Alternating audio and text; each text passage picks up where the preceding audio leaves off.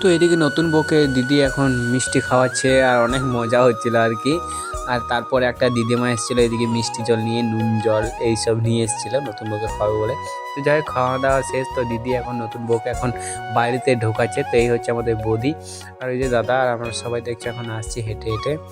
আর ব্যঞ্জনারা আগেই বাড়ি চলে গেছে যেহেতু ওদের একটা তাড়া ছিল তাই।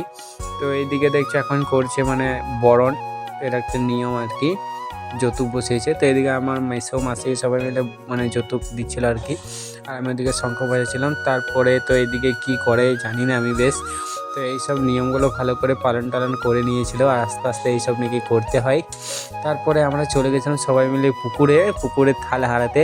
তো এদিকে দাদা বৌদি বুনুরা সবাই মিলে যাচ্ছিলাম দেখছো, আর আমাকে শঙ্খ দিয়েছিল বাজাতে। তো এদিকে আমি যাচ্ছিলাম দাদা বৌদি মিলে, তারপরে চলেছিলাম পুকুর ঘাটে।